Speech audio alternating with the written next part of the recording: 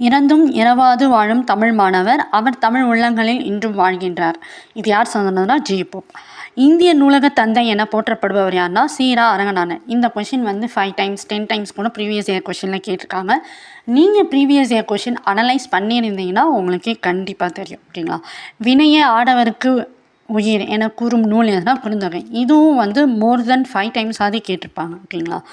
மனமொத்த நட்புக்கு வஞ்சகம் செய்யாதே இக்கூற்றை கூறியவர் யாருன்னா வள்ளலார். இதுவும் ரிப்பீட்டட் கொஷின்ஸ் தான். ஓகேங்களா?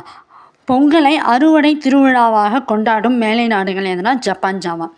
அதுக்கு மாரி என்ன பண்ணுறாங்கன்னா, இப்போ ஒரு கொஷின் வந்து ரிப்பீட்டட் கொஷின்னா அவங்க என்ன நினச்சிக்கிறாங்கன்னா, இப்போ இந்த கொஷின் இருக்குதுன்னு வச்சுக்கோங்களேன், இந்த கொஷின் வந்து குரூப் 4 குரூப் 2ல் ரிப்பீட் ஆகிருக்கும்னு நினச்சிருக்காங்க. ஓகேங்களா? ஒரு சிலது அப்படியே ரிப்பீட் ஆகிருக்கலாம்.